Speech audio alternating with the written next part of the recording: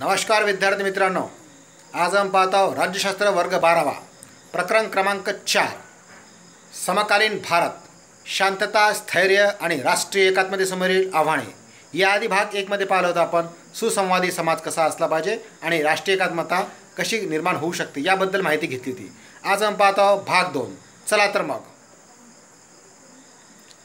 विद्यार्थी मित्रांनो, भाग 1 मध्ये पाहिलं होतं आपण राष्ट्रीय एकात्मता निर्माण करण्यासाठी राज्याची काय भूमिका असते याबद्दल आपण चर्चा केली होती आणि तोच मुद्दा आपण या ठिकाणी पुढे कंटिन्यू करत आहोत की भाग 2 मध्ये राष्ट्रीय एकात्मतेबद्दल राज्याची भूमिका।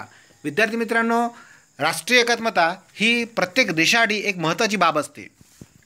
कोणतेही राष्ट्र जर घेतलं तर त्या राष्ट्रामध्ये राष्ट्रवाद निर्माण करणं सगळ्यात महत्त्वाची गोष्ट असते। लोकांच्या मनामध्ये राष्ट्राबद्दलचा अभिमान असला पाहिजे। त्यासोबतच देशामध्ये धर्मनिरपेक्षता, लोकशाही अशा प्रकारचे जे मूल्य आहे हे मूल्य टिकून राहिली पाहिजे, यासाठी राज्य आपलं काम करत असते।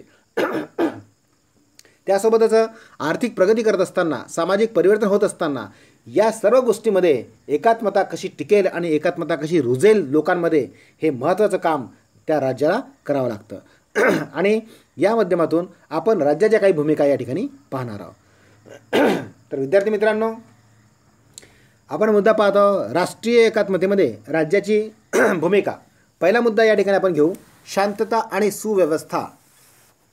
राज्य समाजामध्ये शांतता आणि सुव्यवस्था प्रस्थापित करत असते। प्रत्येक राज्य समाजामध्ये शांतता निर्माण झाली पाहिजे, समाजामध्ये सुव्यवस्था निर्माण झाली पाहिजे आणि राज्याचं मूळ हेतू काय असते की देशाचं संरक्षण करणे। प्रत्येक राष्ट्र आपल्या देशाचं संरक्षण कसं करता येईल याचं महत्त्वपूर्ण काम हे करत असते। आता संरक्षण कसं होऊ शकते विद्यार्थी मित्रांनो, की ज्या संरक्षणामध्ये राष्ट्रामध्ये सैन्यबळ असलं पाहिजे, शस्त्रसाठा असला पाहिजे, यासोबतच राष्ट्राचं आंतरराष्ट्रीय जे काय म्हणतात त्याला आपलं आंतरराष्ट्रीय जे विचार आहे किंवा आंतरराष्ट्रीय जे मुद्दे आहे किंवा आपलं जे मत आहे आंतरराष्ट्रीय स्तरावर ते कणखरपणे मांडता आलं पाहिजे। या माध्यमातून स्वतःच्या राष्ट्राचं संरक्षण करणं हे महत्त्वपूर्ण बाब असते आणि हे काम कोण करत असते विद्यार्थी मित्रांनो, तर हे काम करत असते राज्य। या कार्यालाच राष्ट्र उभारणीचं कार्य असं सुद्धा म्हटलं जातं, राष्ट्र उभारणीचं कार्य। आता राष्ट्र उभारणीच्या कार्यामध्ये काय महत्त्वाच्या गोष्टी येतात आपल्याला सांगता येईल की त्या देशामध्ये सैन्य साठा व्यवस्थित असला पाहिजे, त्या देशामध्ये काही मिसाईल असेल तर मिसाईल निर्माण करता आले पाहिजे किंवा दुसऱ्या राष्ट्रातून ते विकत घेता आले पाहिजे। राष्ट्र उभारणीसाठी ह्या सगळ्या गोष्टी आवश्यक आहेत। म्हणजे संरक्षणाच्या दृष्टिकोनातून राष्ट्र उभारणी महत्त्वाची आहे। नुसती राष्ट्र उभारणीसाठी संरक्षण व्यवस्था महत्त्वाची आहे का, तर नाही। तर विद्यार्थी मित्रांनो, त्या देशात शांततासुद्धा नांदली पाहिजे, त्या देशामध्ये सुव्यवस्थासुद्धा नांदली गेली पाहिजे आणि देशामध्ये शांतता नांदली जात असेल, देशामध्ये सुव्यवस्था असेल, सगळे लोक राष्ट्रीय भावनेने प्रेरित असेल तर असं राष्ट्र नेहमीच शांतता आणि सुव्यवस्थित राहू शकते आणि या कार्यालाच राष्ट्र उभारणीचं कार्य असं संबोधलं गेलं। राजकीय व्यवस्थेचे अस्तित्व, कोणत्याही राज्याच्या राजकीय व्यवस्थेचे अस्तित्व हे आंतरराष्ट्रीय आणि देशांतर्गत परिस्थितीमुळे धोक्यात येऊ शकते। आता कोणत्याही राष्ट्राचं राजकीय अस्तित्व कशामुळे धोक्यात येऊ शकते, आंतरराष्ट्रीय गोष्टीमुळं। म्हणजे आंतरराष्ट्रीय स्तरावर त्या राष्ट्राची प्रतिमा जर मलिन असेल, त्या राष्ट्रावर जर दबदबा नसेल, आजच्या काळामध्ये भारताच्या प्रधानमंत्र्याचा नरेंद्र मोदी साहेबांचा दबदबा आंतरराष्ट्रीय स्तरावर मोठा आहे। म्हणजे आंतरराष्ट्रीय स्तरावर भारताचं वजन आहे विद्यार्थी मित्रांनो। यासोबतच हे जर वजन नसेल तर आपली देशाची संरक्षण व्यवस्था धोक्यात येऊ शकते। त्यासोबतच आंतरराष्ट्रीय स्तरावर झालं, दुसरी मुद्दा सांगेल आपला, देशांतर्गत जर परिस्थिती जर धोक्यात असेल, म्हणजे देशामध्ये वारंवार दंगली होत असतात, देशामध्ये सुरक्षिततेचं वातावरण नाही आहे, देशामध्ये अस्थिरता आहे, नेहमीच दंगली होतात, रोज वाद होऊ लागले, भांडणं होऊ लागले, तर अशा वेळेस देशाची अंतर्गत परिस्थिती धोक्यात येऊ शकते आणि देशाचं संरक्षण करणं हे राज्याचं काम असते। तर हे परिस्थिती निर्माण न होऊ देणं हे कोणाचं काम आहे, राज्याचं काम आहे विद्यार्थी मित्रांनो। म्हणजे देशामध्ये शांतता निर्माण करणे, देशामध्ये सुव्यवस्था निर्माण करणे, आंतरराष्ट्रीय स्तरावर सुद्धा आपल्या देशाचं वजन निर्माण करणे किंवा प्रतिष्ठा टिकून ठेवणे हे प्रत्येक राष्ट्राचं काय असते, काम असते। देशाचं संरक्षण करणे, अस्तित्व टिकवणे, यासोबतच संविधान आणि राजकीय व्यवस्था टिकवणे यात राज्याची भूमिका महत्त्वाची असते। आता विद्यार्थी मित्रांनो, देशाचं संरक्षण करणं हे सगळ्यात महत्त्वाची गोष्ट आहे। म्हणजे राष्ट्रीय एकात्मतेसोबतच देशाचं संरक्षण करणं अत्यंत महत्त्वाचं आहे। आता यामध्ये भूमिका कोणाची असते, सैन्याची भूमिका महत्त्वाची असते, त्यासोबत कणखर नेतृत्वाची भूमिका महत्त्वाची असते. त्या राज्याला कणखर नेतृत्वसुद्धा असणं अत्यंत आवश्यक आहे. यासोबतच अस्तित्व टिकलं पाहिजे आपल्या देशाचं, हे सुद्धा महत्त्वाचं आहे. आणि संविधानाचं संरक्षण झालं पाहिजे. आपल्या राज्यघटना ही टिकून असली पाहिजे. राज्यघटनेचे मूळ तत्त्व हे महत्त्वाचे आहे, त्याचं संरक्षण झालं पाहिजे. म्हणजे संविधानानुसार सगळेजण वागले पाहिजे, संविधानाबद्दल मान असला पाहिजे, सन्मान असला पाहिजे. आणि अशा सोबतच राजकीय व्यवस्था टिकली गेली पाहिजे. हे कोणाचं काम आहे विद्यार्थी मित्रांनो? हे राज्याचं काम आहे. कोणाचं काम आहे? राज्याचं काम आहे. राज्य अशा प्रकारचं कार्य करून देशामध्ये शांतता व सुव्यवस्था टिकून ठेवण्याचं काम करते. यातूनच राष्ट्रीय एकात्मता निर्माण होऊ शकते. हा झाला पहिला मुद्दा. दुसरा मुद्दा घेऊ आपण आर्थिक प्रगती. विद्यार्थी मित्रांनो, कोणत्याही देशाची राष्ट्रीय एकात्मता किंवा एकता टिकून ठेवायची असेल तर देशामध्ये प्रगती असली, आर्थिक प्रगती असणं महत्त्वाचं आहे. देशामध्ये गरिबी असेल, दारिद्र्य असेल, लोकांना 2 टाईम खायचे वांदे असेल तर अशा देशामध्ये एकात्मता निर्माण करणं हे कठीण गोष्ट होऊ शकते. तर मग काय करायला पाहिजे? राज्यानं आर्थिक प्रगती केली गेली पाहिजे. तर आर्थिक प्रगती कशी करू शकते? औद्योगिक विकास केला जाऊ शकतो देशामध्ये.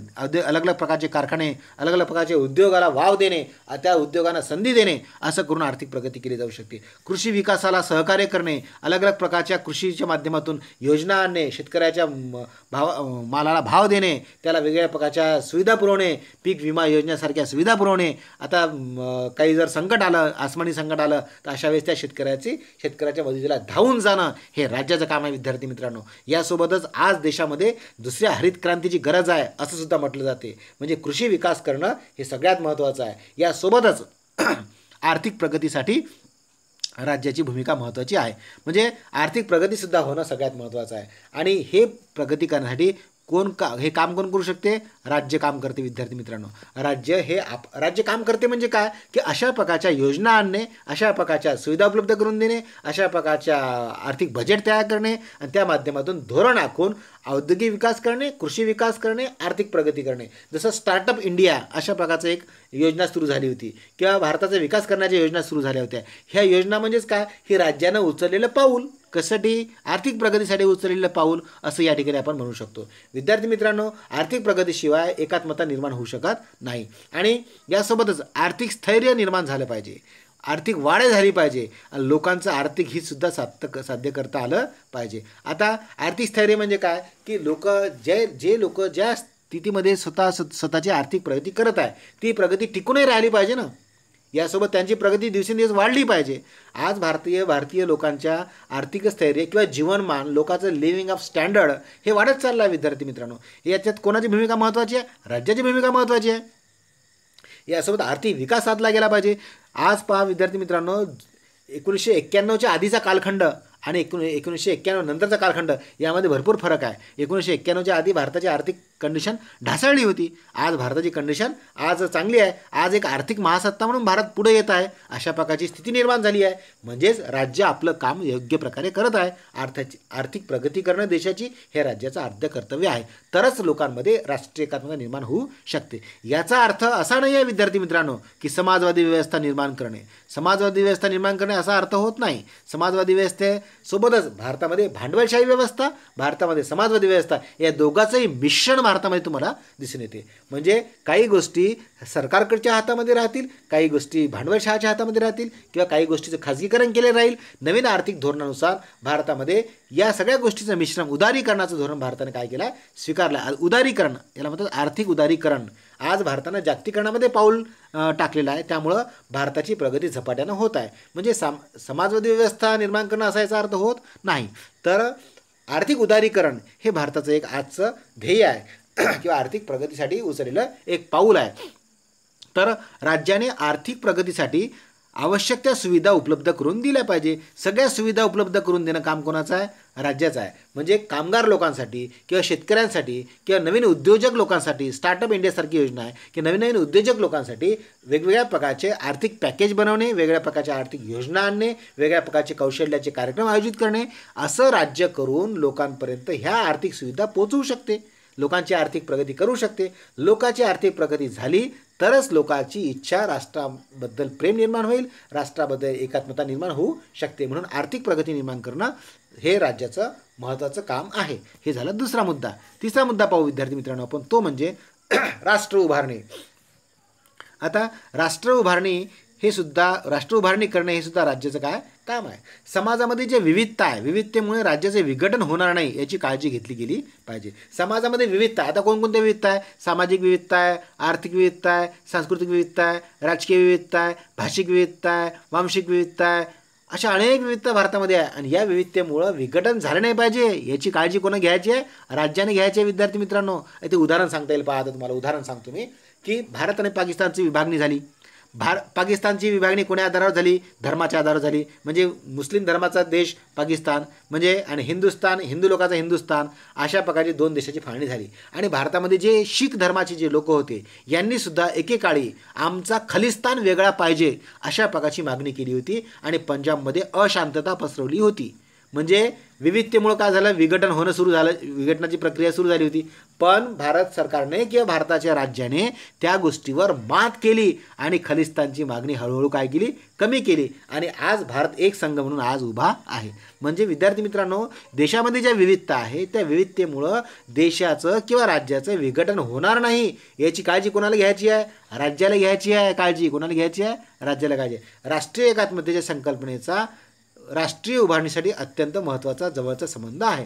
म्हणजे त्याशिवाय राष्ट्र जर उभारणी करायची असेल तुम्हाला, राष्ट्र उभारणी म्हणजे कशी? आर्थिक दृष्टिकोनातून राष्ट्र प्रबळ असलं पाहिजे, सामाजिक दृष्टिकोनातून राष्ट्र प्रबळ असलं पाहिजे, सैन्याच्या दृष्टिकोनातून राष्ट्र प्रबळ असलं पाहिजे, वाणिज्य दृष्टिकोनातून राष्ट्र प्रबळ असलं पाहिजे, आंतरराष्ट्रीय स्तरावर भारताची जबरदस्त प्रतिमा असली पाहिजे. अशा गोष्टी म्हणजेच राष्ट्र उभारणी जर केली जात असेल तर राष्ट्रीयमध्ये एकात्मता निर्माण होऊ शकते. कारण राष्ट्रीय उभारणी आणि राष्ट्रीय एकमता याचा जवळचा संबंध आहे असं या ठिकाणी आपण सांगत आहोत विद्यार्थी मित्रांनो. आणि पुढचा मुद्दा आहे तो म्हणजे चौथा मुद्दा, तो म्हणजे शासन.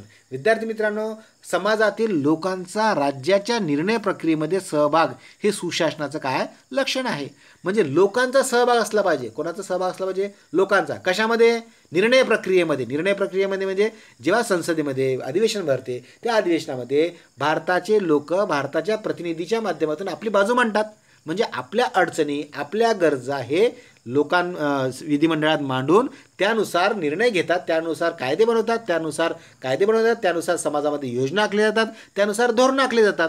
म्हणजे लोकांना राज्याच्या निर्णयामध्ये प्रक्रियेमध्ये सहभागी होता आलं पाहिजे. तरच त्याला काय म्हणतात? सुशासन म्हणतात. त्याला काय म्हणतात? सुशासनाचं एक लक्षण आहे. सुशासन म्हणजे काय? की ज्या लोकांच्या, ज्या राज्यामध्ये लोक त्या राज्याच्या निर्णय प्रक्रियेमध्ये सहभागी होऊ शकत असेल भारतामध्ये प्रतिनिधीच्या माध्यमातून, तर अशा वेळेस तिथं सुशासन आहे असं म्हणू शकतो. आणि यालाच काय म्हणतात विद्यार्थी मित्रांनो? यालाच लोकशाहीकरण असं म्हणतात. काय म्हणतात? यालाच लोकशाहीकरण असं सुद्धा म्हणतात. किंवा याला लोकसहभागी राज्यसुद्धा म्हणतात. लोकसहभागी राज्य म्हणजे काय? लोकांचा सहभाग आहे राज्यामध्ये. राज्यामध्ये म्हणजे राज्याच्या निर्णय प्रक्रियेमध्ये लोक सहभागी होऊ शकतात. असं जर असेल तर लोकांना असं वाटेल की हे राज्य माझं आहे, हा देश माझा आहे. मग त्या देशातील लोकांमध्ये एकात्मता निर्माण होणं सोपं जाऊ शकते. म्हणून शासनामध्ये लोकांचा सहभाग असणं अत्यंत महत्त्वाचं आहे. हा मुद्दा आपण या ठिकाणी क्लिअर केला. त्यानंतर पाचवा मुद्दा येतो तो म्हणजे लोककल्याण. विद्यार्थी मित्रांनो, राज्याची एक महत्त्वाची भूमिका कशासाठी? एकात्मतेसाठी, की प्रत्येक लोकांचं कल्याण हे साधलं गेलं पाहिजे. लोककल्याण साधलं गेलं पाहिजे. सामाजिक न्याय निर्माण झाला पाहिजे. प्रत्येकाला न्याय मिळाला पाहिजे. वाजवी किंवा फेअरनेस, वाजवीपणा किंवा समानता या तत्वाचा वापर लोककल्याणासाठी केला गेला पाहिजे. आता सामाजिक न्याय प्रत्येकाला, मग तो कोण्या धर्माचा असो, जातीचा असो, पंथाचा असो, प्रत्येकाला न्याय मिळाला पाहिजे. न्याय मागण्या त्याच्या पूर्ण झाल्या पाहिजे. त्या लोकांना आर्थिक दृष्टिकोनातून संधी मिळाली पाहिजे, शैक्षणिक दृष्टिकोनातून संधी मिळाली पाहिजे, सगळ्या दृष्टिकोनातून संधी मिळाली. प्रत्येकावर जर अन्याय असेल तर ते अन्याय दूर करता आला पाहिजे. सगळेजण भारतासमोर समान आहे, सगळेजण समान नागरिक कायदा आहे आणि प्रत्येकजण प्रत्येक दृष्टिकोनातून कायद्यासमोर प्रत्येक माणूस का असा असला पाहिजे? समान असला पाहिजे, समानता असली पाहिजे. आणि याचा वापर कशासाठी करायचा आहे? लोक कल्याणासाठी, लोकांच्या भल्यासाठी करायचा आहे. हे काम कोण करते विद्यार्थी मित्रांनो? हे काम करते राज्य. समाजामधला जो असमतोल आहे, असमतोल दूर करण्याचं काम कोण करते? राज्य करते. समाजामध्ये जे दुर्लक्षित घटक आहे, आता दुर्लक्षित घटकामध्ये आपण नाव सांगता येईल. कोणकोणते दुर्लक्षित घटक भारतामध्ये तुम्हाला दिसतात? की ज्या दुर्लक्षित घटक म्हणजे काय? की ज्या लोकांच्या, ज्या गटांच्या विकासाकडे, प्रगतीकडे दुर्लक्ष होत आहे. म्हणजे दुर्लक्षित घटक यामध्ये सांगू शकतो आपण स्त्रिया, हे दुर्लक्षित घटक आहे. वृद्ध, बालक लोक, लहान मुलं किंवा अनुसूचित जमातीची लोक, अनुसूचित जातीची लोक, अल्पसंख्याक लोक, अल्पभाषिक लोक, अल्पधार्मिक लोक, आदिवासी लोक, गरीब लोक, विविध लिंगभाव असणारे लोक, हे लोक कसे आहे, हे दुर्लक्षित घटक आहे विद्यार्थी मित्रांनो. या दुर्लक्षित घटकाचं दुःख दूर करणे हे जबाबदारी कोणाची आहे, राज्याची जबाबदारी आहे. राज्याचं काम आहे स्त्रियांवर होणारे अत्याचार थांबले पाहिजे, राज्याचं काम आहे वृद्धाचं संरक्षण झालं पाहिजे, राज्याचं काम आहे बालकांचं संरक्षण झालं पाहिजे, राज्याचं काम आहे आदिवासी लोकांचं कल्याण झालं पाहिजे, राज्याचं काम आहे गरिबी दूर झाली पाहिजे, राज्याचं काम आहे प्रत्येक जे लिंगभाव असणाऱ्या व्यक्तीला त्याच्या मनानं जगण्याचा अधिकार असला पाहिजे. अशा प्रकारचं वातावरण निर्माण करणे हे राज्याचं काम आहे विद्यार्थी मित्रांनो. यातूनच लोककल्याण साध्य होऊ शकते. आता लोककल्याण साध्य झालं असं तरच लोकाला वाटेल की हे देश माझा आहे, या देशात मी रहिवासी आहे, या देशावर माझं प्रेम आहे, हे केव्हा वाटेल लोकांना, जर त्या लोकांचं कल्याण या देशामध्ये साधल्या जात असेल तर.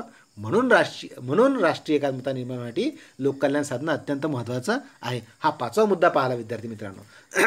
आणि त्यानंतर आपला मुद्दा पाहता येईल की राष्ट्र उभारणीमध्ये महत्त्वाचे घटक कोणते, की कोणतेही राष्ट्र प्रगतिशील करायचे असेल, त्याला जबरदस्त आंतरराष्ट्रीय स्तरावर जर त्याला नाव निर्माण करून द्यायचं असेल किंवा त्याला दर्जा निर्माण करून द्यायचं असेल किंवा राष्ट्र उभारणी करायची असेल त्याला, तर ह्या सगळ्या जे इथं बाजूला जे मुद्दे दिले ते मुद्दे सगळ्यात महत्त्वाचे आहे. जसं आपल्याला सांगता येईल की राष्ट्र उभारणीसाठी राष्ट्रवाद महत्त्वाचा आहे विद्यार्थी मित्रांनो. काय महत्त्वाचं आहे, राष्ट्रवाद. राष्ट्रीय लोकांच्या, त्या राष्ट्राच्या लोकांमध्ये राष्ट्राबद्दल प्रेम असलं पाहिजे, आपुलकी असली पाहिजे, हम सब एक आहे असली ही भावना असली पाहिजे, राष्ट्राबद्दल अभिमान असला पाहिजे. त्यानंतर आम्ही या राष्ट्राचे नागरिक आहोत हा अभिमान त्या लोकांमध्ये असला पाहिजे, असं राष्ट्रीयवादाची भावना लोकांमध्ये असली पाहिजे, तर राष्ट्र उभारणी होऊ शकते विद्यार्थी मित्रांनो. राष्ट्र उभारणीचे घटक पाहत आहोत आपण. त्यानंतर धर्मनिरपेक्षता. देशामध्ये सर्व धर्माच्या लोकांना समान लेखलं गेलं पाहिजे. एका धर्माची बाजू घेतली नाही गेली पाहिजे विद्यार्थी मित्रांनो. प्रत्येक धर्माच्या परंपरेचा, त्याच्या आस्थेचा, त्याच्या पूजा अर्चेचा, त्याच्या धर्मस्थळांचा हे आदर केला गेला पाहिजे. प्रत्येकाला स्वतःच्या श्रद्धा जपण्याचा अधिकार असला पाहिजे. अशा प्रकारचं वातावरण निर्माण होत असेल तर त्या देशामध्ये राष्ट्र उभारणी झपाट्यानं आणि चांगल्या प्रकारे होऊ शकते. त्यानंतर लोकशाहीचे मूल्य आहे विद्यार्थी मित्रांनो. जसं स्वातंत्र्य, समता, बंधुता, न्याय हे जे लोकशाहीची मूल्य आहे, हे लोकशाही मूल्याची पायाभरणी देशामध्ये झाली पाहिजे. या लोकशाही मूल्यावर लोकांचा विश्वास असला पाहिजे. जोपर्यंत लोकांचा लोकशाहीवर विश्वास आहे, लोकशाहीवर विश्वास म्हणजेच या मूल्यांवर विश्वास आहे, स्वातंत्र्य, समता, बंधुता, न्याय याच्यावर जोपर्यंत विश्वास आहे तोपर्यंत राष्ट्र हे एकसंघ राहू शकते विद्यार्थी मित्रांनो. त्यानंतर सांगता येईल आपला आर्थिक प्रगती. प्रत्येक घटकाची आर्थिक प्रगती झाली पाहिजे विद्यार्थी मित्रांनो. प्रत्येक बिलो पॉवर्टी लेवलपर्यंत सुद्धा हे आर्थिक प्रगतीचे वारे वाहले पाहिजे. प्रत्येकाला असं वाटलं पाहिजे की माझासुद्धा सरकार विचार करत आहे. जसं भारतामध्ये आपल्याला सांगता येईल की श्रावण बाळ योजना आहे. ज्या लोकांना कोणीच नाही आहे तर अशा लोकांसाठी श्रावण बाळ योजना आहे. म्हणजे ज्यांना कोणीच नाही, मुलं बाळ सांभाळत नाही, निराधार लोक आहे, अशासारखी योजना आहे. म्हणजे त्या लोकांनाही वाटलं पाहिजे का देश माझा आहे.